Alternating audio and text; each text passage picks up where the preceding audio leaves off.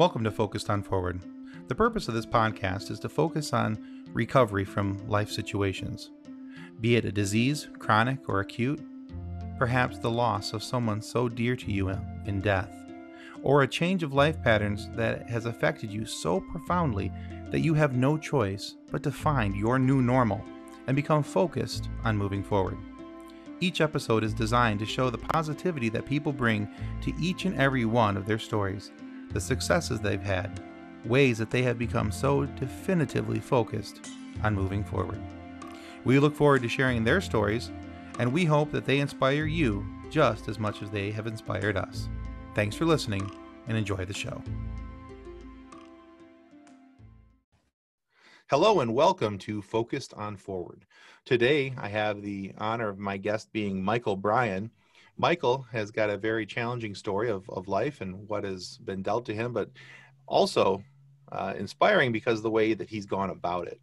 And so we're anxious to hear all the things that Michael has to tell us about. It's interesting to note for you guys, too, that Michael is an author. He's writing a book right now, and I think that it'll help a lot of you. Right now, the working title of that is Introverts in the Spotlight. Now, of course, between the time of this interview and when it is published, that book title may in fact change. So if we have the updated title at the time of this release, we'll make sure to share that new and published title at the time of that. So Michael, thank you so much for being here today. Thank you for being a part of our show. My pleasure, Tim. It's great to come on. Excellent.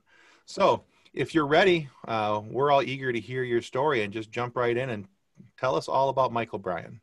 It all started off when I was very little, because I was diagnosed with cystic fibrosis. That was the first condition that I was diagnosed with. And for those of you that don't know, it's a lung condition that also affects my digestive system as well. So it means routine chest infections, back into to the hospital.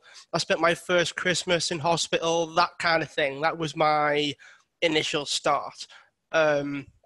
Which meant, that there's a lot that goes into it when you've got certain things that you have to do every morning and then certain things that you have to do every evening. So from very early on, I had to learn things like morning routines, evening routines. I had to keep active. That was one of the main things that the consultants and the nurses and the doctors told my parents. They said, you need to know as much about this condition as me, meaning the consultant. So it wasn't as widely researched as what it is now. And, people weren't getting very far, i.e. if it wasn't found out early enough, the baby's never made it to like your second birthday. So it wasn't something that anyone had high hopes for me, if that makes sense. There was not a lot of expectations put on me when I was younger. I wasn't pushed to, get a good job or any of those things. There was a very big sense of let me do what I want to do. So basically, if let Michael do what he can. He has cystic fibrosis. Just whatever he can get done is done. Yeah, there wasn't a lot of expectations in terms of like schooling or getting work or any of that sort of stuff, because, the sort of the idea that I would last very long at the time didn't really cross anyone's mind. So I wasn't forced to do things. There was none of that when I was younger. I was forced to keep active. So I do a lot of running, play a lot of sport, martial arts, all those sorts of things that kids generally do. Initially, it was for treatment. It was for keeping the condition at bay. That grew into a profession. So I became a personal trainer when I was old enough. I was also a tennis coach. I played basketball for university. All the things that I got reasonably good at started off as, he needs to do this. And then because of that sort of commitment, if you will, I was then able to take that and use it and do something more productive with it. Okay. So it turned in from a have to do it to a want to do it to a I like to do it. Yeah, and that's something that that I think not many people have the opportunity to get. Not many people have that. Some people are pushed into things. Some people are sort of convinced of a certain path being the best path. But that wasn't really forced upon me. And I never remember being forced to get a job or forced to do something. Which, it has pros and cons like anything else. But one of the things that really stood out for me was because I led with what I wanted to do and what my desire was. I realized when I was 16 that helping people made me feel good. So when I first started sort of tennis coaching, I'd feel great when I would help the younger kids get better at tennis. And that spurred me on to be a tennis coach. Then when I was at university studying coaching, that was the only thing I really knew what to do, was coaching and helping people. That was it. I didn't really have much else. Then I realized when I was doing my degree that if I did fitness and tennis, I can help them in a bigger way. If you imagine working with tennis players and getting them physically fitter and stronger, as well as the tennis, in my mind, I thought, wouldn't it be great if I could do both? That'd be amazing. How much better would I be able to make these tennis players, these kids or these teenagers, if I could do both? So that's my motivation. That's been the thing that's driven me for most of my life.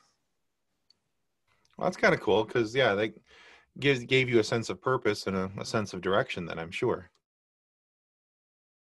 Yeah, I mean, in a world where I never really thought I had one, if that makes sense.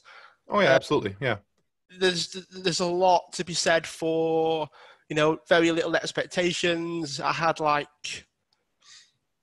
was someone that had health conditions. I was someone that was technically disabled, as someone that could be classed as disabled if I got that bad. And that was something that I had to break free from, I guess.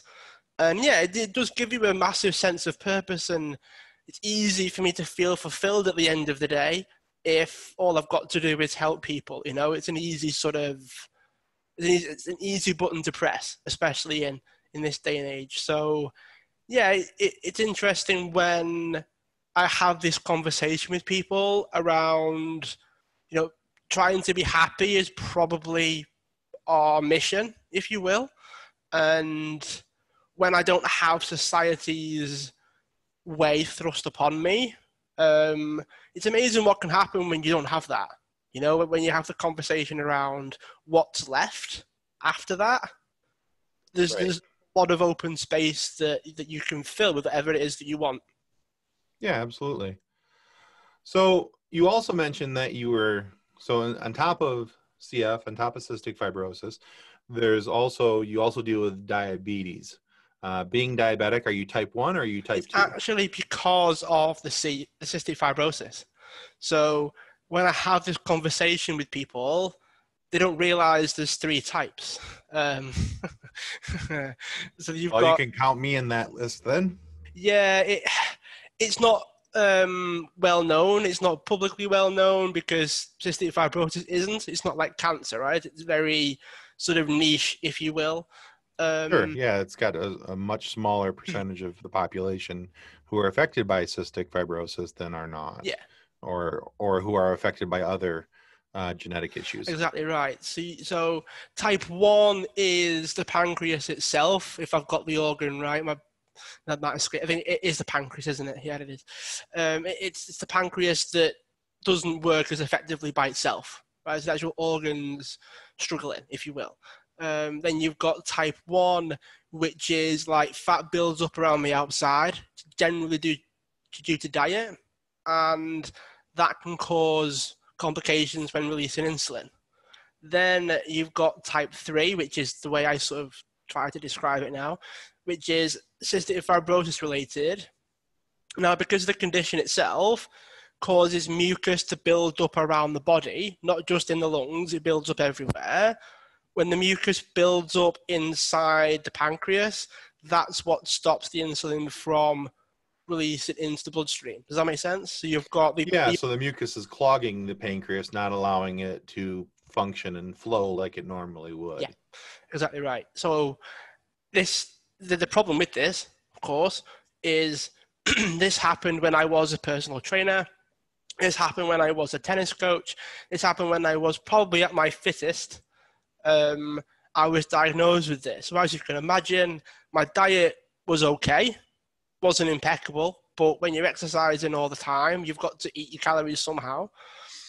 And Right. Yeah. And if you're exercising that much and working out that much and doing all the things you were doing, sliding in a little, a McDonald's cheeseburger every now and then isn't going to be as dangerous for you, perhaps, as it may be for, the, shall we say, more robust fellows. yeah, there's a real sense of like, if I eat reasonably well 6 days a week, and then I have like one day where it's a bit of a blowout, that doesn't really touch the sides in terms of how I feel, how I look, or even goes on the inside. So there was that. Now, the problem with it, of course, is cystic fibrosis is actually what's known as a degenerative disease, meaning it gets worse over time. So this is why people that are in their sort of late teens, early 20s are sort of more likely to get this because it builds up over time. What you're born with isn't what you'll get when you're 20. It does get worse. And when I realized this, obviously, I worked harder to try to counteract everything.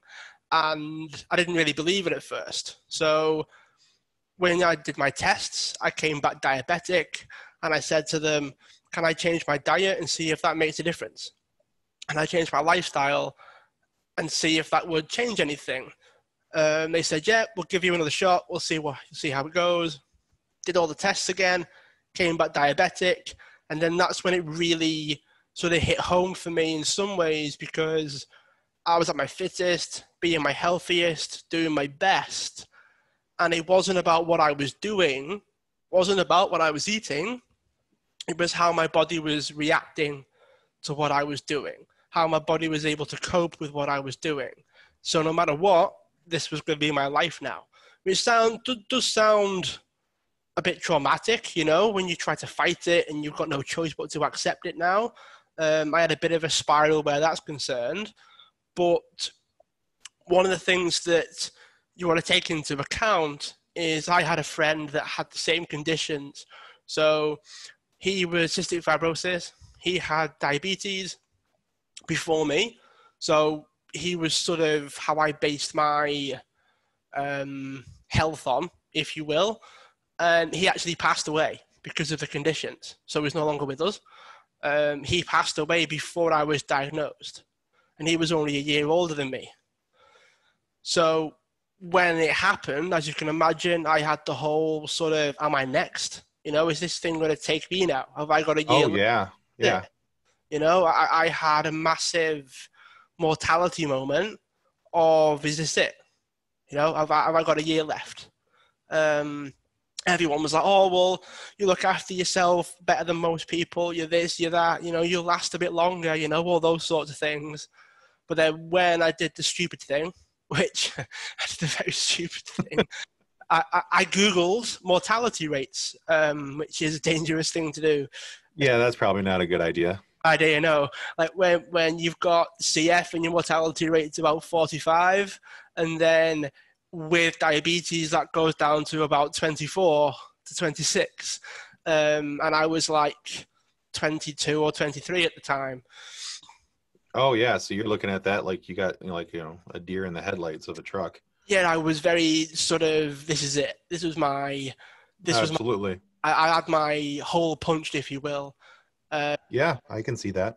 Luckily, I'm 29 now, so there you go. I'm what's known as borrowed time right now. But as you can imagine, back then, it hit me for a while. I had dark moments. I didn't really want to go on anymore. Don't forget, this was at a point where I was doing really, really well. Cystic fibrosis wasn't even affecting me at that point. I felt better than normal, better than average. I was fitter than nearly everyone that I knew on every other sort of level out there. I was stronger than average, faster than average, fitter than average. I had everything. You know, yeah, I had the time to do it. I was very privileged in that way, but I also needed that. I designed my life that way. So I became a PT so that I could look after myself and help others at the same time. So I got the best of both worlds for long enough that I was actually very, very surprised when I got it, combined with what's the point? You know, that you work really hard. Yeah, I felt fitter than average, but when I do all my tests at the hospital, I'm between 1% and 5% above average for someone without my conditions, which sounds good, right? So I'm a bit better than average. But when you realize that I'm exercising every day, weights, cardio, stretching, diet, sleep, meditating, reading, walking, like my entire life was based on beating this thing. So you're doing all of that and you're only 1.5% better Yeah. than average. And then That's when a I was lot. diagnosed diabetic, it was like, what's the point? You know, there's only so much I was prepared to do for that little bit of extra impact. You know, I mean, Yeah, that makes sense. I can see why you would feel that way. now looking back, it's like, well, it isn't really that, because without what I was doing, I'd probably be about 80%, Yeah. 60%, 50%. Yeah. I'm probably really gaining like 40%, but because we got Yeah. there, I never got to that point. I was never that bad, ever. The worst I would get was like 94%, and the doctors would be like, what's wrong with you? So there was a real sense of, I had no idea how bad it could be because I'd built my life in a way that allowed me to do it. Now, this was the big turning point for me, because I had to re-engineer what I was doing, because it felt like I wasn't getting the benefit. It felt like I wasn't getting the benefit out of anything I was doing, really. But also, there was a real life-defining moment, as in, what would I do if I only had a few years left? That was starting to run through my head. Am I happy with what I'm doing? Am I fulfilled with it? I mean, I was, but then there was always that question of, well, what's next? What else is there? What are you not doing? What's possible?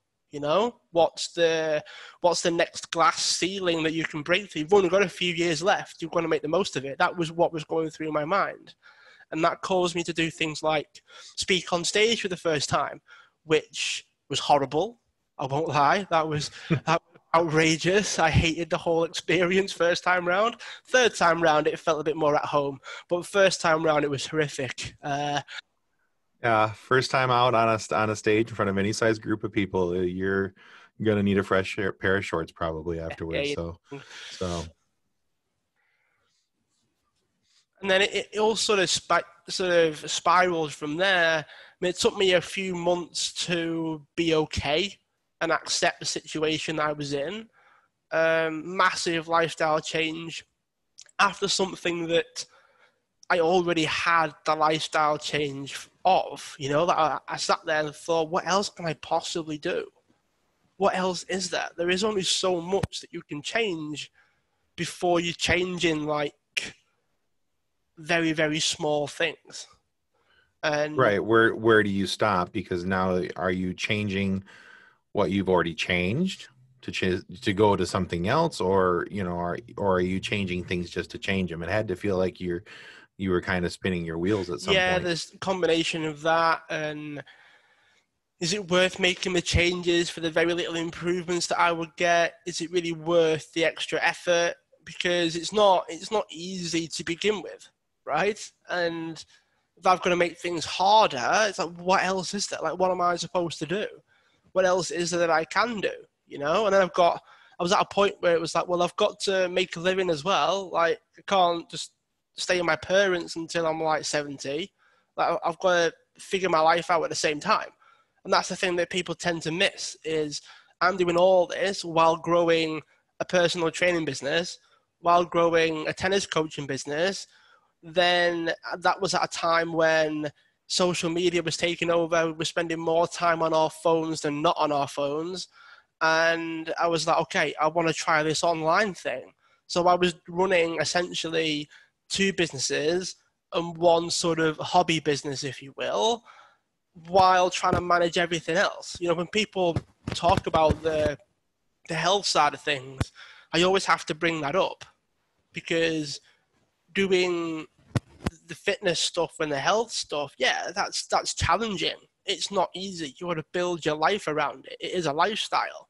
Whenever anyone came to me and was like, I want to try to lose weight, it's not about moving more and eating less. It's about the lifestyle that allows you to do that. You know, if your lifestyle doesn't allow for that, it's just going to be an uphill battle. If your lifestyle fits in very well with the methods that we pick, then it makes your life very easy. But when I had to do that and run businesses and grow this online business as well, that makes things very, very real for a lot of people. Because Oh yeah. Yeah, because your time was completely consumed by all the work and things you were doing, and then plus trying to deal with health challenges on top of it, I'm yeah, it's a sure. very different ball game when you've got to help people. Great, I loved it. Still, you know, I would happily go back to that. I don't do that anymore, but I'd happily go back to that if I felt the need to. But because I had to focus more on myself, I felt like I had the responsibility to give at the same time. You know, it felt like I was taking quite a bit, if you will, by focusing on myself, that I felt this moral responsibility to start to give more and help more at the same time. You know, like when you realize that, yeah, you feel good when you help people, that's great. So it's secretly selfish to a certain extent. But then I'm going the other way and saying, like, I can't do that because I've got this to do. I can't have this coaching client at this time because I've got to go for a walk now or I've got to eat now. You know, when you're diabetic, everything's very regimented around food. Scheduled, sure. Yeah. It's a bit crazy, to be fair. But I mean, to this day, it's different. But back then, I was trying to find how on earth I was going to manage this thing. You know, I was trying to find the balance, which when you're working and exercising and training and your blood sugar is being over sort of over indexed, if you will, because exercise Yeah. can lower your blood sugar, help you maintain your blood sugar. But then you've got to factor in, well, how much do I eat based on how hard I work? I go off a feeling almost of like, if I'm really tired, I should probably eat something. But how do I balance that out with I'm tired just because I've worked out today and I don't Right. actually need to eat? So your blood sugar had to be on a bit of a roller coaster, always highs and lows because of the complexity of your lifestyle, with how much you were working out, how much you were exercising, playing tennis, all these other things, and then dealing with the CF and the diabetes at the same time. So it had to be all over the place. Yeah, I mean, there are ways that I was able to balance it out. Not all of it was healthy. Um, but there were things that you could do, you know, like you eat before and after your sessions, you eat before and after your workouts, like little portions rather than like bigger portions. You base your diet on what you're doing that day. So if I'm teaching an exercise class and then I'm training two clients and then I'm training myself, I eat before I actually do my own stuff. So I eat before I do the teaching the classes, and then I would eat before I do my own workouts and have like water or something in between clients. And so there's loads of different ways that you could do it, but it was so thought out and so planned and so like thought out ahead of time. Where there was so much that went into it that it does consume your whole life. It consumes everything. There's only so far you can take it when you've got no choice. This is your life now. And it's the same with being a business owner or something along those lines. If you want to be a successful person in business and you're not prepared to live a certain way, you're not prepared to do certain things. You know, if you've got conditions, if you will, based on, like, if you want to be successful, but you're not prepared to do all these things over here. But if they get you to where you want to go, but you're not prepared to do those things, you're not going to get the results. You know, it's not going to happen because you set limits on what you're prepared to do. And I couldn't do that. I couldn't set limits because I was already pushing a few limits as it was. So I had to go even further. And it just took over my life. I couldn't manage it. I couldn't balance it. It was impossible. I'd set myself a task of running 2 physically demanding businesses and being mentally switched on to build the online business slash, I called it the online thing at the time. It was like, it's not really a business, it's just an online thing that I'm doing. So it wasn't really serious or anything. So yeah, Right. it wasn't straightforward.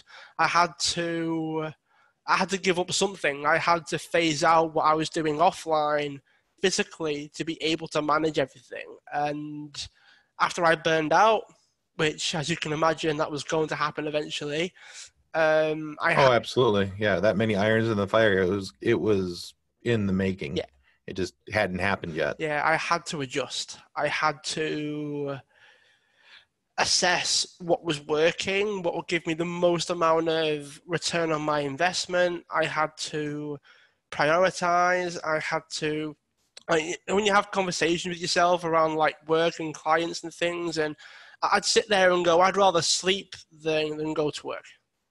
I'd rather do nothing than teach these classes. You know, my self-talk went from I'll do whatever it takes to I would rather rest than do this. And that's when I knew that I'd gone over the cliff, if you will. I knew that was it. It was only going to be a downward spiral from here. And I had to get out before it impacted what I was doing. You know, if you don't want to do something, you're going to make it hard. You're going to make it difficult. You're going to make it miserable for yourself, and then you've lost all enjoyment. Not just that, but for everybody else as well. Like if you imagine teaching a tennis coaching class and you don't want to be there, it's going to show.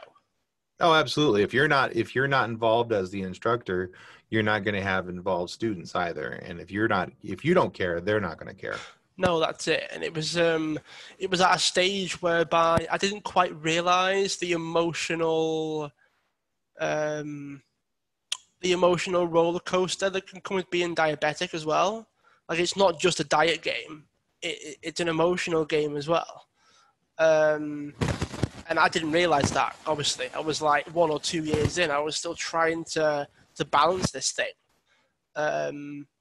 And yeah, it just got to a point where I was self-aware enough to notice it, and I had to adjust.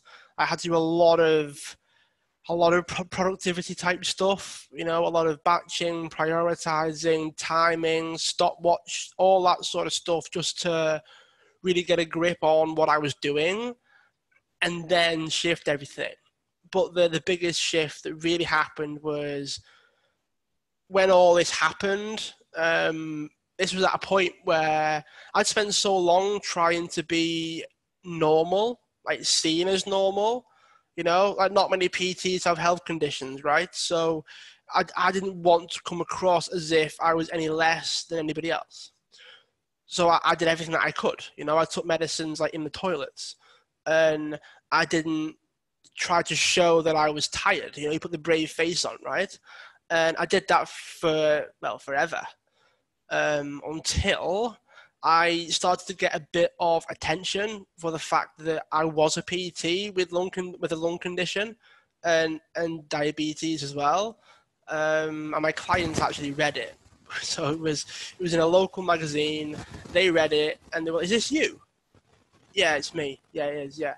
And they started to sort of shift their own way of thinking, I guess. Like they turned around to me and said, like, "I would come to you with all my problems, with all my little niggles about why I can't lose weight, or I can't eat this, or I can't do that. And you're living with these health conditions, and I'm coming to you with this, like, oh, I can't eat it because I don't like it."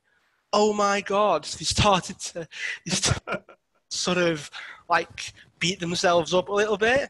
And I was like, look, this is why I don't like doing it. You know, I'm fit and healthy compared to like everyone else's average, you know, and that I would rather do that than someone making my life easier because I've got the conditions, you know, like I don't want an easy ride, you know, if I do it, I want to do it properly.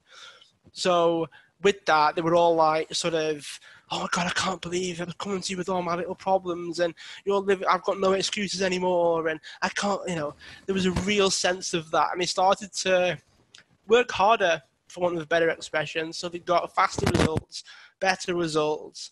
They turned around to me and they said, once I just ignored like the excuses that I had, my results got so much better. And you should share your story, because there'll be a lot of other people like us that will shut our own voices up. We'll shut our own excuses up because of what you're doing.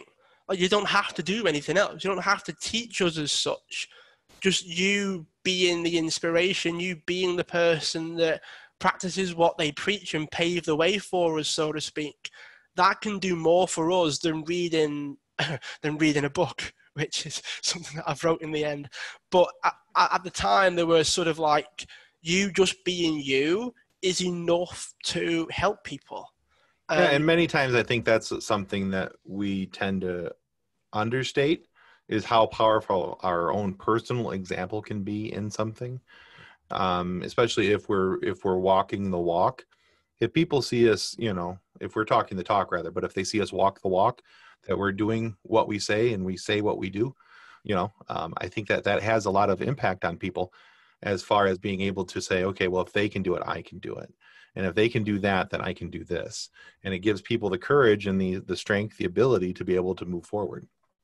Yeah, and that's one of the reasons why ultimately I wrote the book, because there's so many people out there that don't think they can do something because they see someone do it so well, if that makes sense. It almost puts them off. It's why, like, there are people out there that hate motivational sort of fitness models because they're giving them something they're never going to attain themselves. So it has the opposite effect, right? So you see these speakers doing amazing. They're touring the world, they're speaking. Someone that's just starting out, or maybe have spoken a few times, but they're fearful of it, they're nervous, they don't want to do it. I had all those things and I still did it. But I share like what goes through my mind, how I prepare for it, how I organize my week so that I could do it.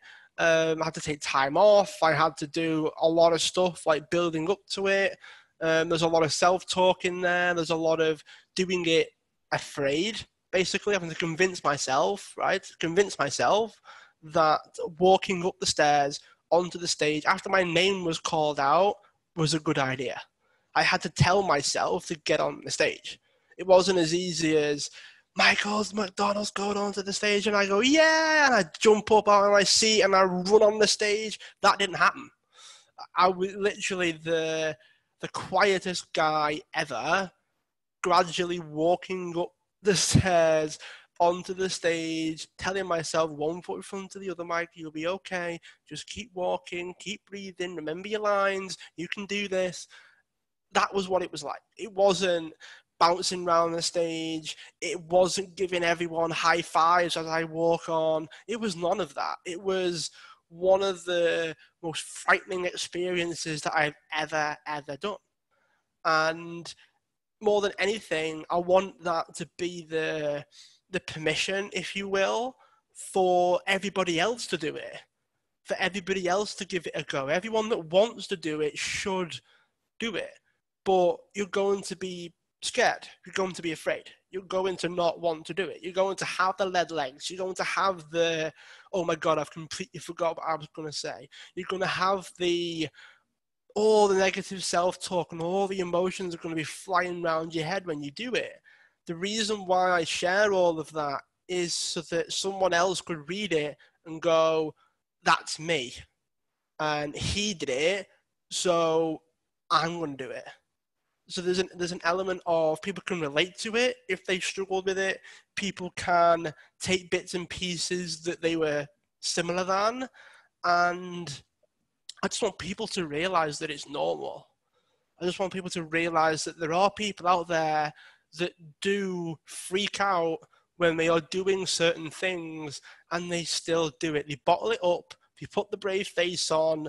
They have all the coping strategies in the world before they actually do these things, and they still do them. And that's been the difference for me, is acting scared. that's been the big thing. Because when I went on stage, when I first started my podcast, when I had my first influencer interview, I still don't remember what I said on the interview because I don't like listening to my own voice. And Fair enough. there's just a lot of things that a lot of people don't realize actually happens inside people's brains when they do things for the first time. So is that where the working title for the book came from? Introverts in the Yeah, because I Spotlight? am an introvert. Quite a Which big. you hide it very well, honestly. By the way, just listening to you talk, and I realize that we're doing basically an audio only discussion here, but most people who I talk to, who are like, my son's an introvert, and what you're doing, he would never do, even if he thought it was going to help somebody else. He loves people of all kinds, and he'll do anything he can for people, but talking to them for this long, probably not going to Yeah, I mean, happen. mine's mostly practice. It's mostly habit. One of the sort of phrases that came up when I first started feeling more comfortable in the situation was something that I think it was Jacko Willink that said that a lot of like army people and Navy SEALs, their heart rate drops when they're doing the thing because it's out of habit. It's a practiced thing. They run through the routines over and over and over again. They don't have to think about it, but they're nervous and anxious and they just want to do it on the build up to it. But when they're doing it, because they've gone through it, they've repeated it so many times that it actually is less nervous to do it than it is before they do it. And Right. Yeah, they still feel all the anxiety and all those other things, but it's because of muscle memory takes over. It's something they've done with repetition, so it's just completing the repetition to the next time out. exactly right. I mean, this is after like years of running my own podcast, years of doing like interviews and talks before that. So I've got like 5 years of doing this, and I still choke up depending on who I'm talking to. I still struggle, if I do like online events on video, and let's say there's more than 3 or 4 people, I won't be the first person to talk. So I did one recently whereby there was me and there was 3 other people, all on camera. You could see all of us, and it was recorded. It was like an event for somebody. I was asked to speak, and I said, "Yeah, I don't mind doing that." I still waited my turn.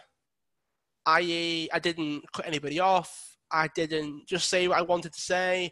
I didn't sort of take control, if you will. I was still like the quiet guy in the virtual room, if that makes sense. So when it's one-to-one, when sort of all eyes are on me, so to speak, it's easier for me to do that than it is for me to be in a group of like 4 or 5. So Yeah, I having, get that. That makes sense. yeah, it's having the ability to realize that it is a skill to a certain extent. I've done a lot of different things that I've only ever done once. I've only ever done it once. So like I was interviewed on a show for Sky. That probably won't happen again. And luckily I did that after I was on stage, meaning I knew that I was going to be nervous. So I did the practice what I preach and the habits and the routines and the rituals that I did, so that doing the TV interview wasn't as bad as being on stage. Because there's so many coaches out there and mindset professionals, if you will, that don't practice what they preach in the most intense situations. Meaning, everyone's got a plan until they're punched in the face. And it was easy for me to be stress-free, nice and relaxed, because once I'd been a PT or a tennis coach for a couple of years, I never stretched myself. There was no challenge, there was no test, there was no uncomfortableness, if you will, whereby I had to sit Yeah. there and come up with, okay, I'm going to speak on stage now. That means I've got to put this meditation together. I've got to put this music playlist together. I've got to go for these nervous walks to get rid of my energy. I have to come with some breathing exercises that will help me sleep because I barely slept the night before.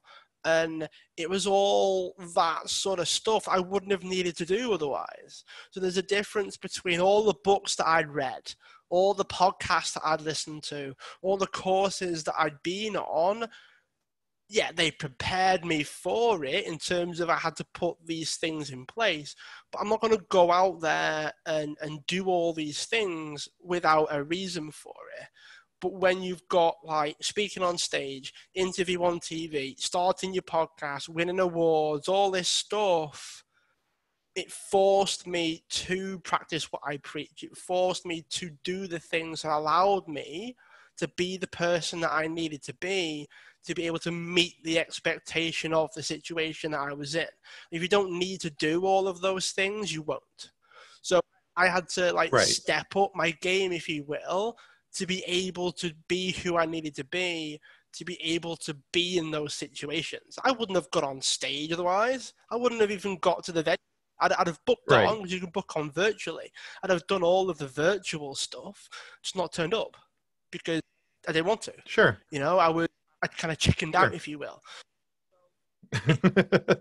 Well, practical application is always more beneficial than, I mean, you can have all the book knowledge in the world, but it's hard to turn that into practical knowledge until you've applied it, until you've actually gone out and done it. So that's your, virtually getting punched in the face, to refer back to your sentence there a Exactly, moment ago. Until that happens, it's all just head exactly knowledge. right. And I mean, I get a lot of my like quotes and stuff from films that I watch. I can't remember who said it, but like saying something 1,000 times is nothing compared to doing it once. And same as like you can read about something thousands of times, but if you're actually in it, experiencing it, that's so much better. You learn so much more about yourself. You have this sense of relief once you've done it. I'm not a big fan of roller coasters, but the one that I went on, I had a massive sense of relief when I got off because I was freaking out until I got on there. It wouldn't Right. catch me on a roller coaster anymore. I didn't really enjoy it. But it's the same sort of thing of 9 times out of 10, it's not as bad as what it is inside my own head. But you don't know until you do it. Agreed. Yeah. There's nothing that quite beats taking action. I get that. Loads of people say, oh, just do it. But at the end of the day, there's a lot that goes on behind the scenes that no one sees for that person to just do it. And that's the bit that a lot of people don't really share. A lot of people aren't as open about. And that's something that I wanted to change when I wrote the book. Okay. So you've dealt with cystic fibrosis, you've dealt with diabetes, you've dealt with being an introvert and all those things. So looking back over your life, and this is a question I like to ask a lot of my, well, not a lot, but every guest that comes on. When you look back over your life's experience, if you could sum up your experiences, not to demean it down to one sentence or anything, but just to sum it up in one sentence, what would you say the one sentence that defines you and your experiences? Acting scared is the only way to break your labels, your identity, and your expectations of yourself and other people. Okay, excellent. And so thinking about that and acting scared and trying to break those labels so that you can, pardon the pun, but the name of the show is Focused on Forward, so that you can become focused on moving forward in life. What piece of advice do you have for people who are trying to move past those things and trying to turn that head knowledge into practical application? The hardest thing to do is probably the most beneficial. And an example could be when you're in a bad situation, to think positive. When trying to focus on the past doesn't work, you're focusing on the future. When your past is negative, your future might be negative. Training yourself to stay in the present moment is the next best thing. But it's the thing that you're convincing yourself that you can't do. You know, that when you're struggling and someone says think positive and you go, that's never going to work. I'm in a bad situation right now. I've got to get used to the fact that I am in a bad situation right now.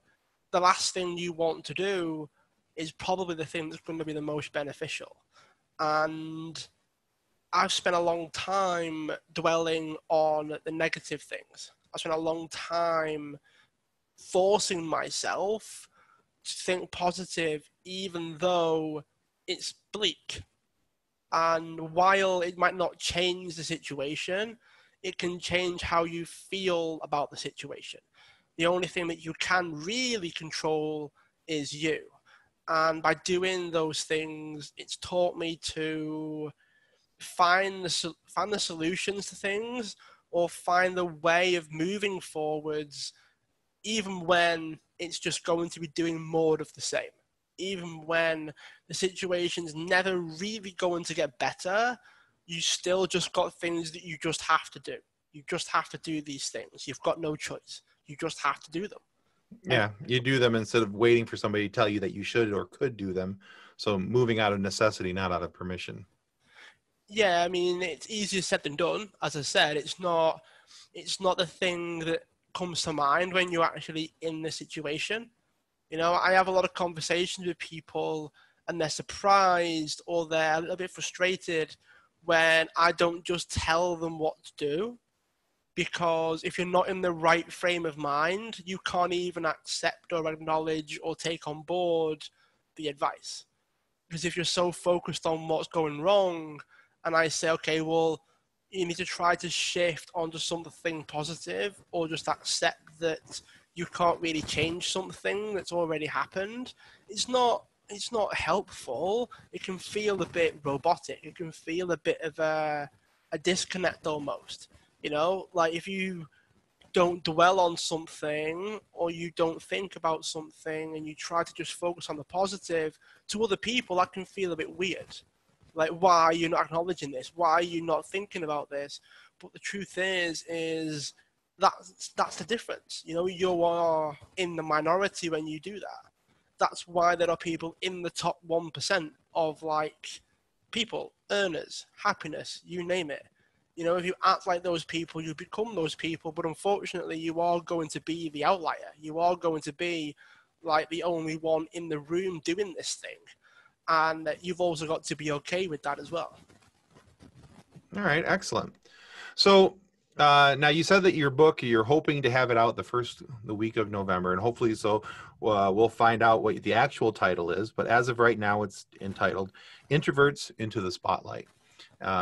Where else can people find more information about Michael Bryan and all that he does? And two, you said you mentioned you had a podcast. So let's talk about that a little bit, just real quick. What's the name of your podcast? What's your content? So everybody listening, they can hear it and know where to find you. The podcast is the Ask Mike Show. So it's changed a bit over the years, but ultimately the Q&A format was how I was able to make sure that the show benefited people rather than just sort of me talking to people. I know it's beneficial, but in the back of my mind, I thought, what's one bigger? Like, how can I one up that?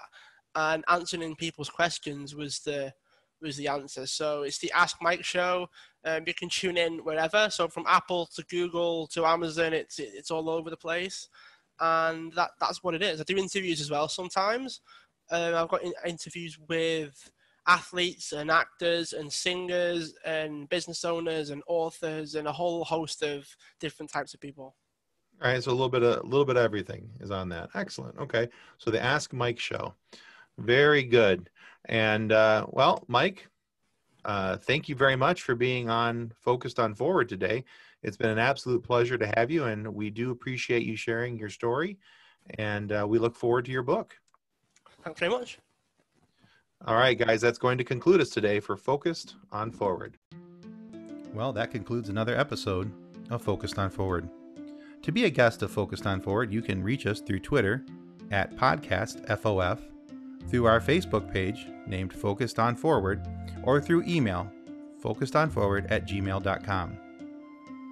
We look forward to hearing each and every one of your stories that has yet to be told. So until then, be safe, be kind, and be loving to one another as you stay focused on forward.